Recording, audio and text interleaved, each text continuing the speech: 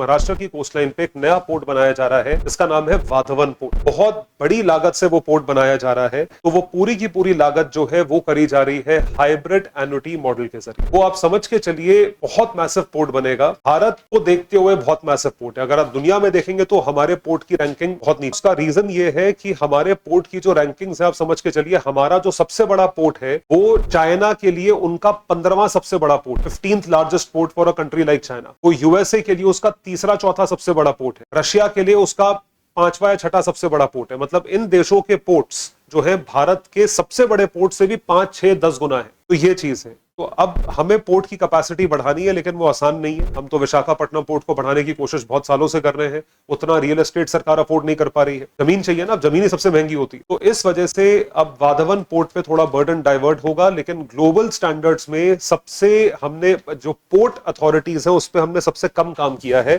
Global comparison में। वैसे India के पास पोर्ट्स अच्छे हैं, लेकिन जो कैपेसिटी हैंडल हो रही है पोर्ट में, वो कैपेसिटी उतनी नहीं है जितनी होनी चाहिए थी।